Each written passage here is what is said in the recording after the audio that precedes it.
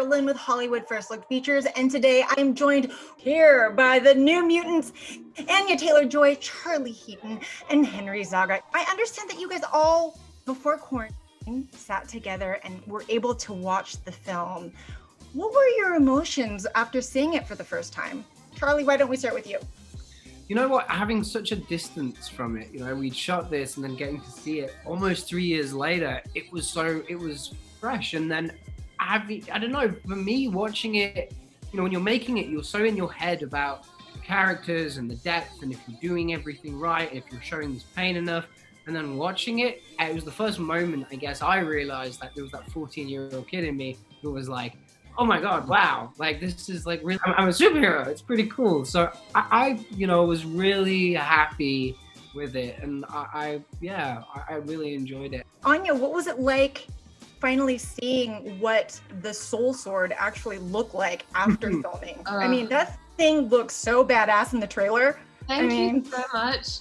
It's a wonderful exercise in how to use your imagination. The thing I was most excited about personally was Lockheed, because Lockheed had been this imaginary friend that I'd had the entire time through filming, and I had formed a very deep connection with the green potato that represented him. So actually seeing him on screen was amazing. But honestly, whenever you make something, you hope that you get the opportunity to sit down with the people who made it with you and watch it like that, because it does feel so personal, and it's strange that you sort of let it, like everyone else, into something that only really existed for a few people. So having the opportunity to just have it be us in a screening room with all of us like heckling the screen and screaming whenever someone did something cool, like that's the best bit. I mean, I was like, it's hugely embarrassing, right? Like watching, it's like listening to your telephone voice or anything like that. It's like so cringe. But like, I just was so proud. I'm so proud of this film. Like, we had heard all of these like rumors and like, is it gonna come out? Like, how has it been affected? But actually just watching it, I'm so proud of us all. You played the doctor and the adult to all of these youngins. What were they like around set when the cameras weren't rolling? They were amazing. I mean, like, they were with a lot of good energy and vibe. I mean, these two, they were dancing all the time. So it was cute to watch and kind of inspiring to keep up with the energy. They love to dance. So it was great. It was really good energy, good bonding. Well, Blue, I know that you've mentioned that there was some significant weight on your shoulders, feeling like you were carrying the film and playing Dani. Now, I want to know, how does it feel looking back on that experience now? I look back on it a lot, and there are definitely a lot of things I would do differently. And I think I've grown as an actor in the past 3 years, and I think I would handle a movie better. I wouldn't even think of it as pressure, I don't think, like I did then. I was just so like numb with like, oh my God, this is just such a big deal, but I wouldn't do it any differently. I think doing it like that made Dani who she is. So if I played Dani again, she would be this version of me, which I think would coincide with how she would have grown in 3 years also. Because of the merger and the scheduling and whatnot, and the long length of time in between, what was it like, having stepped away from the project and then come back? Did it give you a fresh set of eyes to look at it? Oh, yeah, and if so, what kind of impact did that have on the cut that is going to be released in theaters? Most movies, I'd say like 95% of them have reshoots or have pickups of some sort. We never got to do any of that, so we always were just working with what we had. So like the movie never changed in terms of the story, but having left it for a year and come back, we definitely did more fine tuning and adjusting, seeing it again a year later with fresh eyes. What I was surprised was I was like, I like this movie, because before you watch it so many times when you're editing it, eventually you hate the movie.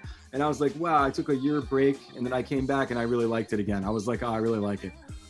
Henry, you had mentioned in the Comic-Con panel that to prep for that pool scene, you didn't drink any water. So I want to know, when watching the film, how did you feel about suffering dehydration in order to get that I think, I mean, I was definitely hard on myself when it came to the physicality of Roberto. But there's one element, I don't know if people know it, but they kept pushing that scene. So I kept quenching. I don't know, like, you know, I was just waiting to drink water for days.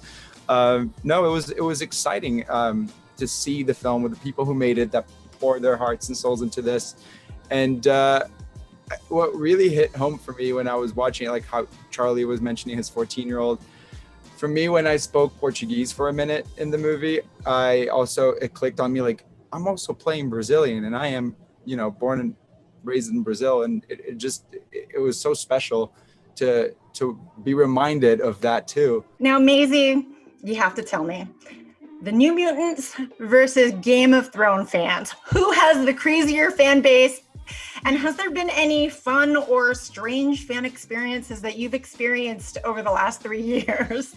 You know, like because I've been so immersed in Game of Thrones, like I haven't managed to encounter that many New Mutants fans. And also because it hasn't come out, like with Game of Thrones, we were sort of like collecting speed for 10 years. And so by the end, it was like, you know, every day walking down the street, there's people who come and like confess their love for the show. But I'm looking forward to seeing who the New Mutants fans are. I think this appeals to a very different audience within the audience of like superhero films. And I actually think this film's going to bring in a lot of people who are kind of maybe outside of that fan base. And for that, I'm really excited. Like, I rarely have fans who are just like young girls my own age who like have, you know, really identified with my character.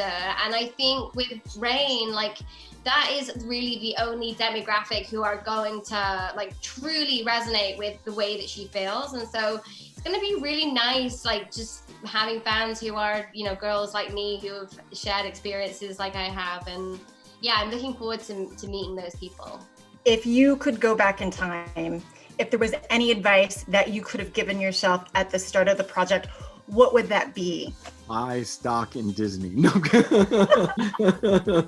Well, Josh, congratulations. I cannot wait to see this in theaters. The New Mutants is out on August 28th. Thank you.